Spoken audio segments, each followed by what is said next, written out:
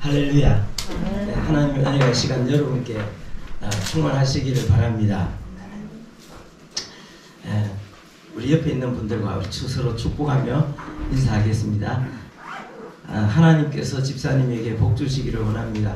자, 옆에 있는 분 시작. 하나님께서 집사님에게 복 주시기를 원합니다. 네, 앞뒤로 한 번 더 시작. 하나님께서 집사님에게 복 주시기를 원합니다. 아멘. 우리가 사도행전을 읽으면서 지난번에 사마리아 성의 마술사 시몬에 대해서 우리가 살펴봤습니다. 자, 마술이라는 것은 아주 고대에 굉장히 성행했고 지금까지 성행합니다. 마술이 뭐죠? 귀신을 불러내서 귀신의 힘을 빌어서 아주 신묘한 그런 일들을 행하는 것. 지금도 있습니다. 우리 눈에 몰라서 그렇지. 우리는 근데 그 마술을, 성경에는 마술을 금지시키고 있습니다. 귀신을 불러내서 뭐 그런 일을 하는 것. 자, 혜민아, 애들 다 학교에서 귀신 놀이 같은 거 하는 거 맞나? 그런 거 하는 거 보면 우리 믿는 사람들은 흉내라도 내지 말아야 돼요. 유림 알겠나? 민호가 알겠지? 그런 거는 저런 거는 하나님께서 금지시킨 거다. 우리 하면 안 됩니다. 그 다음에 마술사들은 귀신을 불러내서 하지만 실제적으로 또 눈을 속여갖고 사람들한테 눈을 속이 깜짝 놀라게 만들어갖고 사실 알고 보면 눈 속이는 건데 요만한 상자 위 안에서 여자를 막 이렇게 집어넣어가지고 중간에 톱으로 막 자르는 사람들이 막 기절하잖아요. 아니 저 톱으로 저 상자를 자르면은 막 공포스럽잖아요. 나중에 보면은 아무렇지도 안 하고 나오잖아요.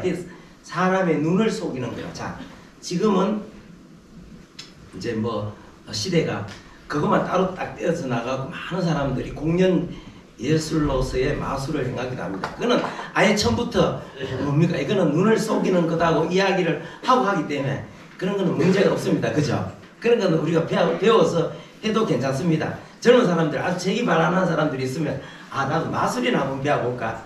공연 예술로서의 마술. 그래, 그런 것도 할 수 있습니다.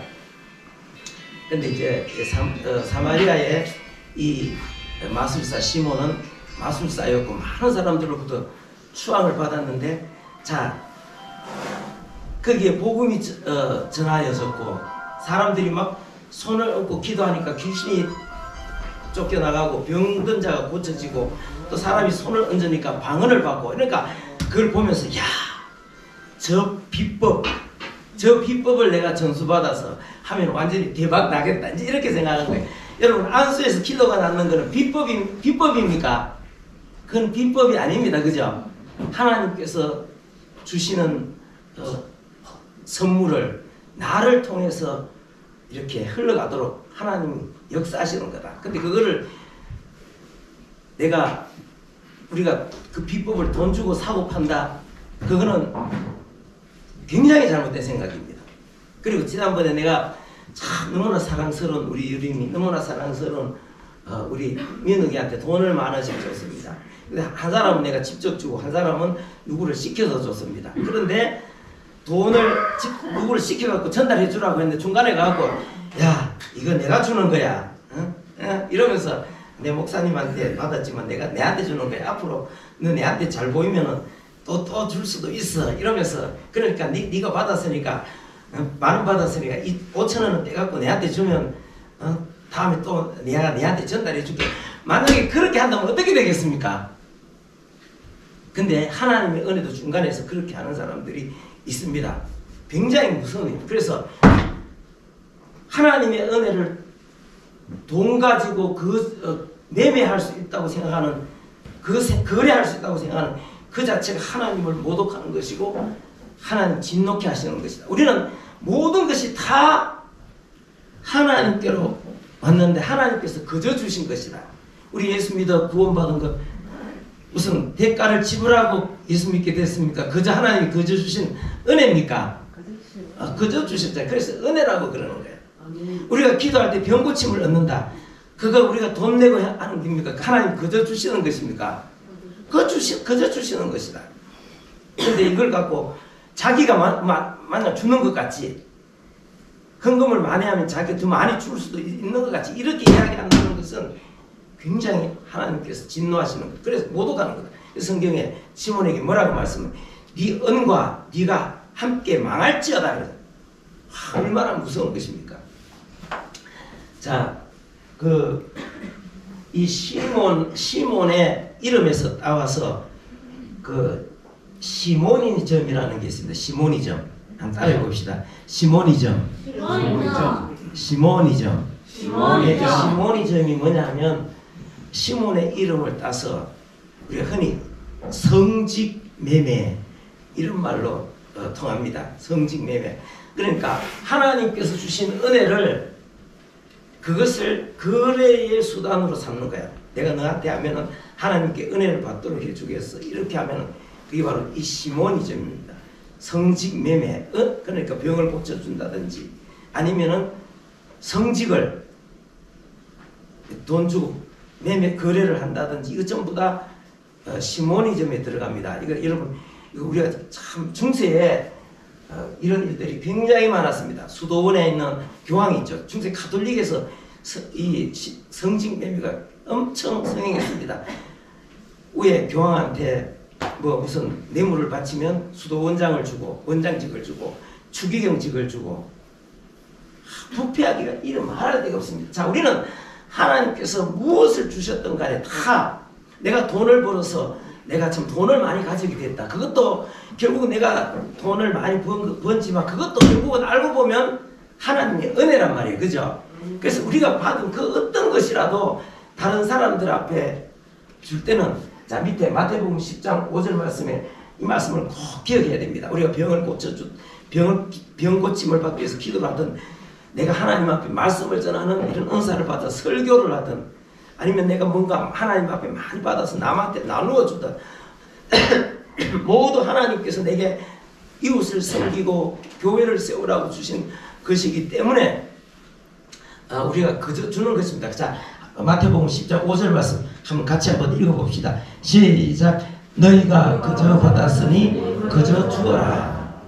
그저 받았으니 그저 주는 것이다. 자, 그 다음에 이제 밑으로 다시 내려가 보면은 이 중세의 가톨릭에서 행해진 이 시모니즘, 성직매매. 자, 여러분 로마에 가면은 이 세상에서 가장 장엄한 건물 1500년대에 세워진 건물이 있습니다.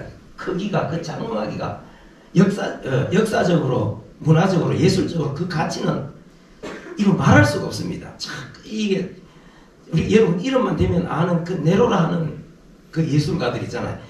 총 집합해서 저 건물을 지었습니다. 저 어디겠습니까? 성 베드로 성당입니다. 여러분 나중에 유럽에 가거든 꼭 한번 가보십시오.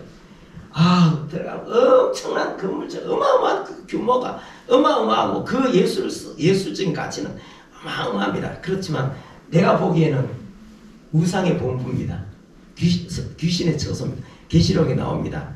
귀신의 처소들, 각종 새와 귀신들이 모이는 처소. 나는 거기서 계시록에 나오는 데가 바로 저기가 아닌가 싶습니다. 내가 그 부분에 대해서 상당히 오랫동안 연구를 했고 또 가르치는까지 이야기도 해왔고 앞으로도 이야기할 거지만 궁금한 사람들 그게 왜 귀신의 처소인지 저한테 와서 질문해 제가 상세하게 대답을 하겠습니다. 자, 이 엄청난 건물을 짓는데 돈이 엄청나게 들어간 거야. 그래서 여기 안에 있는 아저씨가 누구냐 하면은 교황입니다. 레오 10세입니다. 레오 10세 때 이제 충당을 건축 재정을 충당해야 되잖아요. 돈이 엄청 모자라니까. 그래서 실시한 게 뭐냐면은 면죄부를 팔았습니다. 면죄부 따라해봅시다. 면죄부가 뭐냐면 자 돈을 받고 이런 쪼가리를 하나 줍니다. 자, 여러분들이 이 면죄부를 사면 회개할 필요도 없습니다. 면죄부를 사면 이 면죄부를 사는 동시에 모든 죄가 다 사해집니다. 여러분 면죄부를 사십시오. 가톨릭에서는 사람이 죽으면 천국 가는 게 아니라 일단은 연옥을 갑니다. 연옥에 가서 고통을 겪다가 이제 나중에 천국으로 가든지 그렇게 하는데, 그래서 무섭습니다. 가톨릭 사람들은 죽는 걸 굉장히 두려워합니다. 여러분들의 조상들이, 여러분 아버지, 여러분 할아버지가 지금 연옥에서 고통을 받고 있습니다. 와서 면죄부를 사세요. 면죄부. 면죄부를 사세요. 그래서 여러분들이 삼촌 거 하고 또 할아버지 거 하고 같이 사면은 외삼촌 거는 공짜로 해줍니다. 이 말이 됩니까? 실제입니다. 여러분 이거 엄청 참 이게 완전히 그래갖고 이 면죄부를 판매하는데 별 희한한 수단을 다. 그래서 이제 다음에 보면 이거는 옆에 오른쪽에는 그 돈 면죄부 살 때 돈 넣는 돈통입니다. 오른쪽에 왼쪽에는 돈통이고 오른쪽에는 돈 넣는 통이고 오른쪽에는 면죄부라는 이거 쪼가리입니다. 그거 보면은 뭐 돈을 얼마 내갖고 누구 죄를 사함 받았고 아버지 이런 돈을 돈통에 탁 넣는 순간에 돈이 밑에 넣으면 땡그랑하고 딱 땅에 통에서 떨어지는 소리가 들리지. 딱 땡그랑 하면은 여러분의 아버지가, 여러분의 할아버지가 연옥에서 천국으로 올라갑니다. 그래가지고 여러분 종교개혁이 일어났습니다. 여러분 이게 얼마나 오늘날은 그렇지 않느냐. 오늘날도 목사직, 장로직, 권사직 이런 것 할 때 돈이 굉장히 영향력을 발휘합니다. 이거 굉장히 무서운 일입니다. 여러분 어떤 데는 돈 없으면 권사도 못합니다. 그런 거는 이 시모니즘입니다. 굉장히 성경에 네 돈과 함께 네가 망할지어다. 얼마나 무서운 말씀입니다. 우리는 하나님이 내게 무슨 직분을 주셨든 뭐를 주셨든 하나님이 주시는 대로 없으면 없는 대로 뭐 없으면 아무 직분도 없으면 하나님을 못 섬깁니까? 다 섬길 수 있잖아요. 그런데 그거를 막 내가 뭐 여러분들 뭐 집사직을 하는 게 권사직을 하는 게 이렇게 뭐 무슨 세상 큰 출세나 하는 일입니까? 근데 그거 막 하면 내가 나 이런 사람이 하고 그러고 싶은가 봐. 그런데 그런 거 하면서 돈을 사용하고 이런 거는 시모니즘에 속합니다. 굉장히 우리가 이런 거 잘 기억해야 됩니다. 아무튼 하나님께서 우리에게 주신 모든 것은 다 은혜로 왔으니까 내가 받은 것을 통해서 어떤 직분이든지 집이든지 다 겸손한 자리에서 그저 섬기는 종으로서 섬기는 것입니다. 섬기고 그저 주었으니 그저 받았으니 그저 준다는 것. 우리 청춘행복학교 뒤에서 지원하는 도농선교회 최원수 장로님, 여러분 우리 한번 하면은 이제 선물 주는 4만 원짜리 소금 경품 그거 하면 50명 오면은 돈이 얼마 들어가겠습니까? 저런 현수막 저런 것도 그거 다 준 거거든. 야 그거 하면 내가 뭐 한 200만 원씩 이래 들어가잖아요.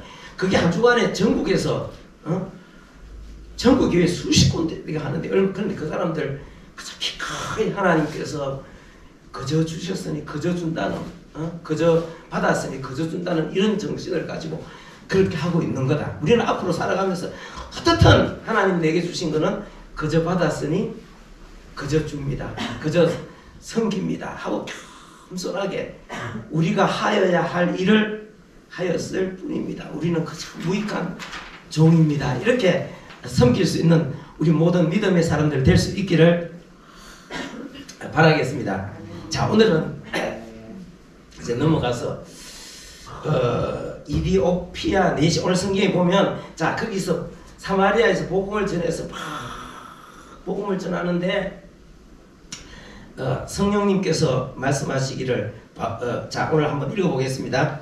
자 8장 26절 말씀 읽어봅니다. 시작. 주의 사자가 빌립에게 말하여 이르되 일어나서 남쪽으로 향하여 예루살렘에서 가사로 내려가는 길까지 가라 하니 그 길은 광야라. 일어나 가서 보니 에디오피아 사람 곧 에디오피아 여왕 간다기의 국고를 맡은 관리인 네시가 예루살렘 예배하러 예루살렘에 왔다가 돌아가는데 수레를 타고 선지자 이사야의 글을 읽더라. 예. 성령님께서 가라. 그래서 이제 그 말씀에 순종해서 남쪽으로 쭉 내려가는데 거기가 광야예요. 광야는 뭐냐면은 숲이 제대로 없는 돌투성이 참 이런 메마른 지역, 돌투성이 모래 이런 그런 지역을 성경에 광야라고 그렇게 이제 표현하고 있습니다. 또 보니까 굉장히 먼 나라, 당시로 보면 굉장히 지금도 굉장히 멉니다. 지금도 그 예루살렘에서 이집트까지 가가지고 이집트에서 쭉 남쪽으로 쭉 내려가면은 이디오피아라는 나라가 나옵니다. 구약 성경에 구스라고 되어 있는 나라입니다. 자, 거기에서 아주 국고를 맡은 그 재무부 장관이죠. 그 사람이 예루살렘에 이스라엘 민족이 섬기는 하나님이 참 하나님이시다. 그분 외에는 다 우상이다. 나는 그분을 섬기겠노라 하고 그 이디오피아 사람이 이렇게 예루살렘까지 와서 여러분 마차를 타고 그 먼 길을 온다는 건 보통 큰 일이 아닙니다. 그래서 와가지고 예루살렘의 성전에 와서 이 사람 메시는 성전 안에 들어가지도 못합니다. 그냥 바깥에서 멀리 있어서 그냥 하나님 앞에 그냥 이렇게 엎드려서 절하고 그러고 그냥 돌아가는 거예요. 돌아가는 길에 뭐를 읽고 있다 그랬습니까? 28절 말씀 읽어봅시다. 시작. 돌아가는데 수레를 타고 선지자 이사야의 글을 읽더라. 선지자 이사야의 글을 읽더라. 자, 1947년, 48년 그 이후에 자 우리 성경 우리 다음 사진을 한번 보겠습니다. 자, 예루살렘에서 차를 타고 한 50분 정도 밑으로 내려가면 사해바다가 나옵니다. 사해바다 들어봤죠? 네? 소금으로 된 바다. 그 주위에 가면은 저런 산들이 아무 풀도 없는 나무도 없는 풀 가끔가다 조금씩 있습니다. 그래서 저런 바위 산들이 일대에 많습니다. 석회암, 동굴. 저런 동굴이 많은데 1947년도에 47년도, 48년도 그때쯤에 어떤 양을 치는 사람들이 양을 치다가 양을 잃어버렸어. 그래서 양을 찾으러 이렇게 다니다가 막 찾아다니다가 저런 동굴을 보고 혹시 저 안에 특히 들어가는 거 아닌가? 양이. 그래서 밑에 이제 돌을 던지는 거예요. 돌을 던져고 양이 맞으면은 반응이 어떻게 했어요? 매 하겠죠? 그래서 한번 있는가 싶어 돌을 툭 던졌는데 매 하는 소리가 아니라 뭔가 던지니까 퍼벅 하는 소리가 나는 거야. 퍼벅 하는 소리. 이거 뭔 소리지? 뭐 항아리 깨지는 소리가 나는 거야. 그래서 이게 뭔가 싶어서 밑에 내려가 보니 웬 항아리가 있는데 거기에 자 이런 두루마리가 있는 거야. 그래갖고 이걸 들고 와서 신고를 했는데 이야 이게 역사적으로 엄청난 발견입니다. 바로 예수님 당시에 이 시대에 손으로 베낀 성경입니다. 그래요. 그때부터 계속해서 발굴되는데 주위에 있는 동굴들만 계속 수색해갖고 엄청난 두루마리를 했네요. 저게 바로 이사야서가 기록된 오늘 여기 있는 4시가 읽은 마차를 타고 돌아가면서 4시가 읽은 그 두루마리는 아니지만 꼭 그런 두루마리지. 이사야서가 기록된 두루마리다. 이게 이제 발견이 됐어요. 자, 발견이 됐는데, 야, 지금 엄청난 발견입니다. 사해사본이라, 사해사본. 야, 지금도 이스라엘에 가서 저런 거 하나만 발견하면 완전 대박이겠죠. 예? 야, 엄청난 게 이제 발견이 바로 이사야서. 근데 여기도 보니까, 이디오피아로 돌아가는 그 4시가 읽고 있는 두루마리가 이사야서다. 그죠? 자, 지금 20절에 다시 한번 읽어보겠습니다. 시작. 돌아가는데 수레를 타고 선지자 이사야의 글을 읽더라. 네, 저렇게 생긴 두루마리를 쫙 이렇게 펴놓고 저거라는 말이 아닙니다. 그죠? 쫙 펴놓고 마차를 타고 돌아가면서 가면서 큰 소리로 읽고 있는 거야. 그래서 자 29절 말씀 읽어보겠습니다. 시작. 성령이 빌립더러 이르시되 이 수레로 가까이 나아가라 하시거늘 빌립이 달려가서 선지자 이사야의 글 읽는 것을 듣고 말하되 잃는 것을 깨달을 수 있느냐? 대답하되 지도해 주는 사람이 없으니 어찌 깨달을 수 있느냐 하고 빌립을 청하여 수레에 올라같이 앉으라 하니라. 자, 올라오시오. 타시오. 아이고, 이거 내가 이것을 읽고 있는데 이게 무슨 뜻인지 가르쳐 주는 사람이 없습니다. 이제 이렇게 이야기하는 거예요. 그래서 그 옆에 앉아갖고 이제 그 구절이, 자, 이사야서는 이 시대로부터 700년 전으로 거슬러 올라가면은 히스기야 왕 시대에 하나님의 종 선지자 이사야라는 분이 있었습니다. 이 이사야가 하나님의 말씀을 전한 것을 이렇게 두루마리로 이렇게 막 적어놨던 게 오늘 구약 성경 이사야서입니다. 이거는 그 이사야서의 사본이겠죠. 사본이죠. 네. 읽는 것을 깨닫습니까 하니까, 이게 내가 뭔 말인지 하나도 모르겠습니다. 이 도대체 이거 무슨 말입니까? 그래서 이사야 이제 딱 해갖고 딱 펴 보이는데, 거기가 어디냐 하면 그 부분이 이사야 53장 부분입니다. 53장 부분. 자, 한번 읽어보겠습니다. 자, 32절 말씀. 32절, 33절까지. 34절까지 읽어봅시다. 시작. 일런 성경 구절은 이것이니 일렀으되 그가 도살자에게로 가는 양같이 끌려갔고 털 깎는 자 앞에 있는 어린 양의 조용함과 같이 그의 입을 열지 아니하였도다. 그가 굴욕을 당했을 때에 공정한 재판도 받지 못하였으니 누가 그의 세대를 말하리요. 그의 생명이 땅에서 빼앗김이라 하였거늘. 야, 이사야 53장, 지금 그 당시는 성경에 장절이 없었습니다. 그냥 두루마리가 있는데 몇 절 그런 건 없었습니다. 근데 이 부분에 이게 읽으면서 이 부분, 이게 도대체 무슨 뜻입니까? 이런 게. 자, 우리가 다시 한번 성경을 우리가 이사야서를 그 부분을 한번 읽어보겠습니다. 자, 읽어보는데 자, 밑으로 내려가서 한번 읽어보겠습니다. 자, 이거는 우리가 그 내시의 입장에서 이사야서 53장 4절부터 한번 읽어보겠습니다. 이 부분을 읽었는데 이 부분을 가지고 이제 이게 무슨 말인지 도저히 생각이 안 나는 거, 이게 알 수가 없는 거, 누구한테 물어봐도 모르는 게 답답하죠. 누가 나한테 가르쳐 주는 사람도 없습니다. 이게 그래서 우리가 이거는 쉬운 성경하고 여기 나오는 70인약하고 버전으로 한번 읽어보겠습니다. 자, 앞에 이거 갖고 한번 읽어봅시다. 앞에. 자, 이사야서 53장 4절 같이 읽어봅니다. 시작. 그러나 사실 그가 짊어진 병은 우리의 병이었고 그의 짊어진 아픔은 우리의 아픔이었다. 그런데 우리는 그가 맞을 짓을 해서 하나님께 맞는다고 생각했다. 그러나 그가 찔린 것은 우리의 허물 때문이요 그가 상처를 입은 것은 우리의 약함 때문이라. 그가 징계를 받음으로 우리가 평화를 누리고 그가 매를 맞음으로써 우리의 병이 나았다. 다시 죄송합니다.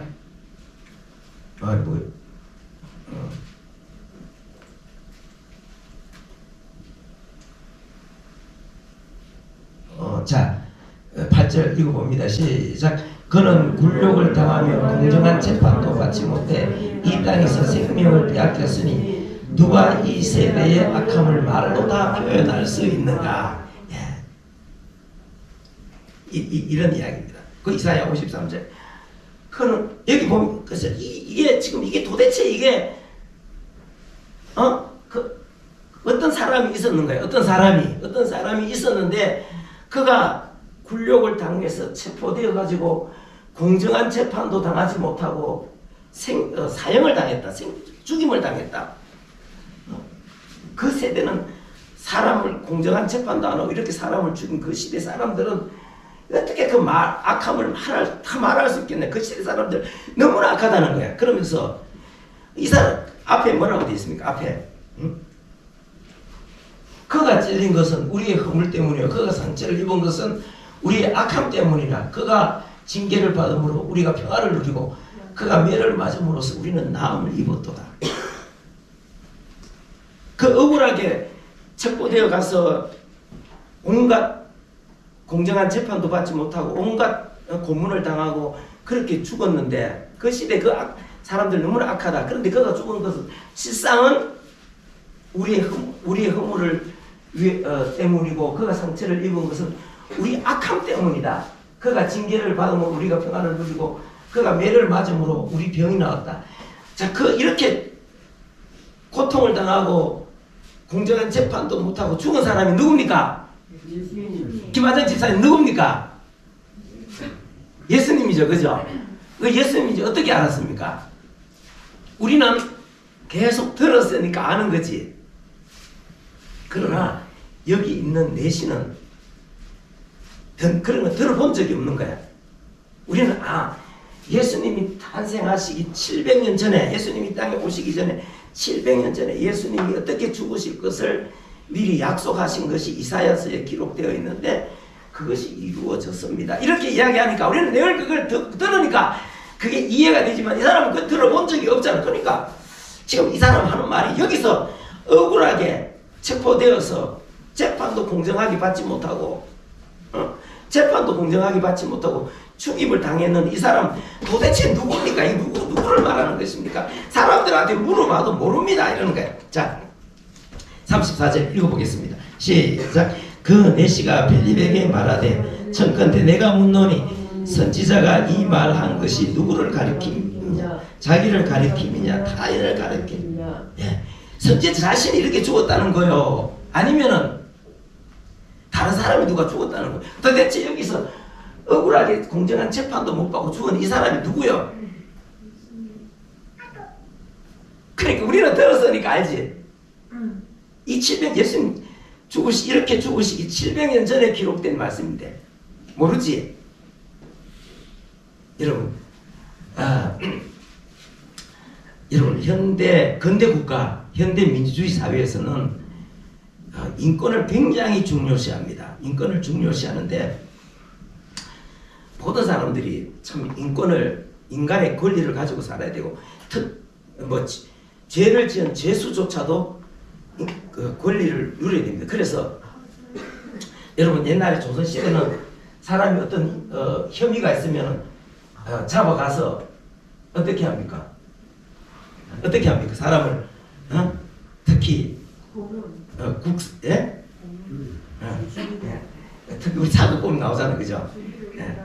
이렇게 해가지고 사람을 묶어놓고 이실 짓고 할 때까지 매우 쳐라 아니면 이실 짓고 할 때까지 어떻게 주리를 펴라 하면서 막 양쪽에서 막 하고 막 자지러지게 소리 지르고 나중에 독한 사람을 기절해도 안 푸는 사람이 있는데 어떤 사람들은 어떻게 합니까? 그냥 너무나 고통스러우니까 아이고 내가 그랬습니다. 내가 어떻게 했습니다. 이렇게 한단 말이에요. 지금 현대 민주주의 국가에서 그러다가 큰일 납니다. 절대로 그래 못합니다. 어떤 사람이 만약에 죄를 지었다고 혐의가 있으면 고발을 합니다. 경찰이나 검찰에 가서 고발을 합니다. 그러면은 그 죄를 지었다고 추정되어지는 그 사람을 이제 검찰에서 부릅니다. 불러갖고 조사를 합니다. 그 조사를 해보고 그냥 집에 돌려 보내줘야 됩니다. 안 불어 함부로 잡아가는 게 아닙니다. 그래갖고 안에 고문하고 큰일 납니다. 고문하면은 지금 검찰이나 경찰이 사람 고문 못합니다. 그 인권 침해입니다. 그러면은 과학적으로 조사를 해갖고 증거를 들어 밀어야 됩니다. 그런데 오늘 데리고 왔는데 밤 10시까지 조사를 받았다. 근데 다 못 밝히면 집에 돌려 보내줘야 됩니다. 집에 보내주고 이튿날 또 부릅니다. 또 집에 돌려 보내줘야 됩니다. 그런데 이거 도저히 안 되겠다. 이 사람 풀어주면은 도주를 하거나 증거를 인멸할 가능성이 있다. 그러면은 구속해야 됩니다. 근데 구속하는 것도 멋대로 구속하는 게 아닙니다. 어떻게 해야 되느냐 하면은 법원에다가 구속영장 신청을 합니다. 이 사람은 이런 혐의가 있는데 이렇게 하는데 지금 수사가 덜 끝났습니다. 그렇기 때문에 이 사람을 수사하기 위해서 좀 구속을 해야 되는데 구속영장을 발부해 주십시오 하면 법원의 판사들이 그걸 보고 판단을 합니다. 안 돼, 구속하지 마 하면 구속 못하면 집에 돌려 보내줘야 됩니다. 근데 이 사람 구속해야 되겠다. 이러면은 구속영장을 발부해주면 구속하는데 구속해서 안에다 잡아넣어놓고 이제 수사를 하는 거예요. 근데 그것도 마냥 붙들어 줄 수 없습니다. 20일입니다. 구속기간이. 20일 후에는 다시 내보내야 됩니다. 그리고 중대하면 다시 구속 연장을 신청해갖고 다시 20일 더 할 수 있습니다. 그래가지고 그거를 했다고 해서 감옥에 쳐넣는 게 아닙니다. 검찰이나 경찰이 수사를 해가지고 증거가 이렇게 그걸 이제 법원에다가 이렇게 이제 공소를 제기합니다. 그러면 법원에서 어떻게 합니까? 몇 월 며칠 날 와라 와가지고 그럼 출두해라. 그러면은 죄 지은 사람 그 다음에 그 사람의 변호사를 데리고 재판정에 옵니다. 또 검찰에서 옵니다. 그 둘이서 어떻게 합니까? 검찰에서는 어떻게 합니까? 이 사람은 이런 죄를 저질렀습니다.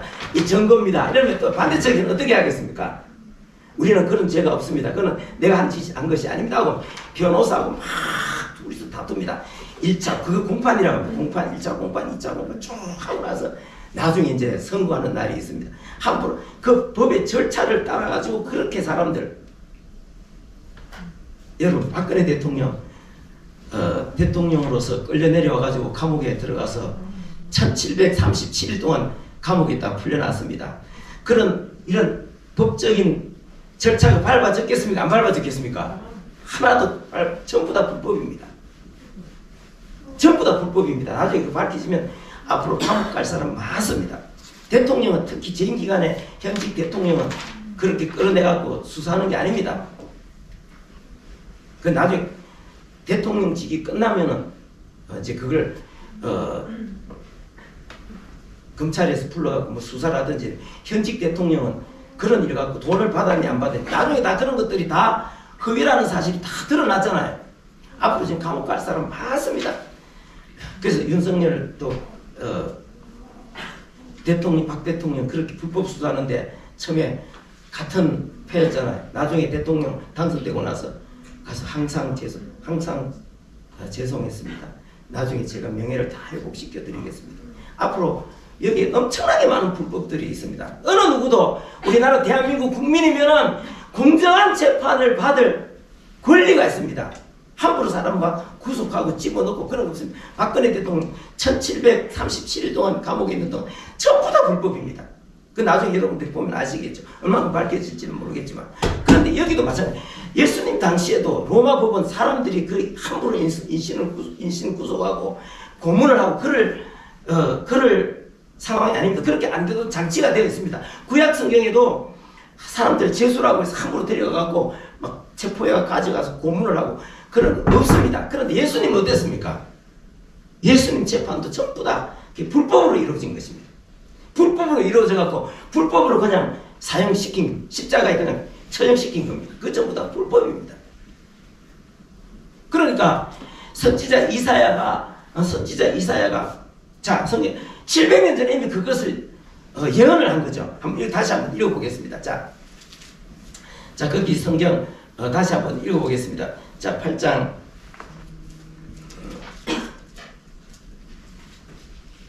그 다시 한번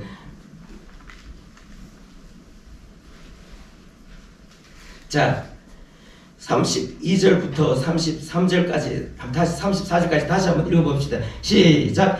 일런 성경 구절은 이것이니 일렀으되 그가 도살자에게로 가는 양과 같이 끌려갔고 털 깎는 자 앞에 있는 어린 양의 조용함같이 그의 입을 열지 아니하였도다. 그가 굴욕을 당했을 때에 공정한 재판도 받지 못하였으니 누가 그의 세대를 말하리요. 그의 생명이 땅에서 빼앗기리로다 하였거늘 그 내시가 빌립에게 말하되 저하건대 묻노니 선지자가 이 말한 것이 누구를 가리키느냐 자기를 가리키느냐 타인을 가리키느냐. 이게 도대체 누구란 말이요? 응? 성경 이사야서에 기록되어 있는 이 보니까 한 사람이 끌려가가지고 체포를 당해서 공정한 재판도 받지 못하고 고문을 당하고 억울하게 죽음을 당했는데 이 사람이 또 여기 보니까 우리 죄를 위해서 죽었다 그러고 우리의 허물 때문에 죽었다 그러고 우리를 대신해서 죽었다고 하는데 도대체 이 사람이 누구란 말이요? 이 사람이 도대체 누굽니까? 너무 궁금한 거예요. 우리는 답을 알고 있는 거예요. 그죠? 배웠으니까. 근데 이 사람은 모르는 거예요. 그래서 어떻게 했습니까? 자, 35절 말씀 읽어봅니다. 시작. 필립이 입을 열어 이 글에서 시작하여 예수를 가르쳐 복음을 전하니 길 가다가 물 있는 곳에 이르러 그 내시가 말하되 보라 물이 있으니 내가 세례를 받으며 무슨 거리낌이 있느냐. 예. 그래서 이제 빌립이 이야기를 했겠죠. 예.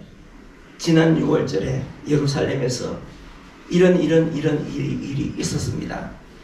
그 나사렛 예수, 그는 이렇게 태어나셨고 그는 이렇게 사시다가 마지막에 이렇게 체포되어서 불공정한 재판을 받고 그는 죽으셨습니다. 바로 이사야서에 여기 당신이 읽은 이 두루마리 책에 있는 이 두루마리 책에 있는 이 두루마리 책에 있는 이 내용의 주인공이 바로 예수 그리스도십니다. 그는 우리를 위해서 죽으셨습니다. 그 말 듣고 이 사람이 딱 듣고 완전히 전율을 느끼는 거예요. 자기는 이 구절이 항상 궁금하고 풀리지 않는 의문이고 누구에게 물어봐도 대답도 속 시원하지 못하는데 바로 이분입니다. 이분은 이렇게 살다가 이렇게 불공정하게 재판을 받고 억울하게 죽으셨지만 그분은 다시 사셨습니다. 이분이 바로 나사렛 예수십니다. 그러니까 이 사람이 얼마나 감동을 받고, 야, 이분이 죽은 것이 바로 나를 위해서 죽었구나. 내 허물 때문에 죽었구나. 여기 나오잖아, 그죠? 여기 나오잖아. 우리 제약을 그에게 여기 있어요. 아무튼 그래서 이 사람이 거기서 착각 이제 36절 우리 읽어보고 마치겠습니다. 시작.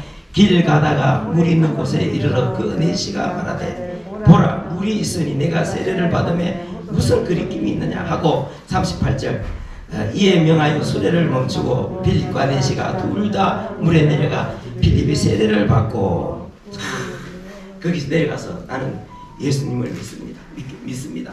내가 그분이 나를 위해서 죽으셨군요. 아니 이 사람이 너무나 감사하고 너무나 감격해서 즉시 일어나서 어떻게 했다 그랬습니까? 가다가 물이 있는 큰 어떤 그런 저수지를 내가 세례를 받겠습니다. 즉각 세례를 딱 받는 그런 내용이 나오잖아요. 할렐루야. 예수 그리스도는 우리의 소망이십니다. 우리를 위해서 죽으시고 우리를 위해서 다시 사시고 그러기 위해서 예수님은 불공정한 재판을 받으시고 온갖 고난과 고초를 당하셨는데 바로 우리를 위해서 그렇게 해주셨다. 여러분 오늘 우리도 이디오피아의 내시처럼 진짜 감격스러움으로 우리가 예수님을 믿고 항상 그분을 의지하고 믿음 안에서 승리하는 우리 믿음의 교회 모든 성도님들 될 수 있기를 바랍니다. 기도하겠습니다. 아버지 하나님 감사합니다. 하나님께서 오늘 또 저희들에게 큰 은혜를 주셔서 하나님 앞에 나와서 구원받은 은혜를 찬양할 수 있게 해주신 것을 감사합니다. 우리를 위해 십자가에 죽으시고 우리를 위해서 다시 사신 주님, 오늘 사도행전에 기록된 말씀입니다. 또한 우리 오늘 우리 셀라 찬양대가 하나님 앞에 찬양을 돌린 그대로입니다. 주님, 오늘 우리가 하나님 앞에 다시 한번 우리를 위해서 베푸신 그 놀라운 은혜와 사랑을 우리가 기억하고 감사하며 감격하며 찬양하는 저희들 되게 해 주옵소서. 이 시간도 물질 드렸습니다. 주님 기쁘게 받으시고 물질 쓰이는 곳에 하나님의 영광 드러나게 해 주옵소서. 감사하옵고 예수님의 이름으로 기도합니다. 아멘.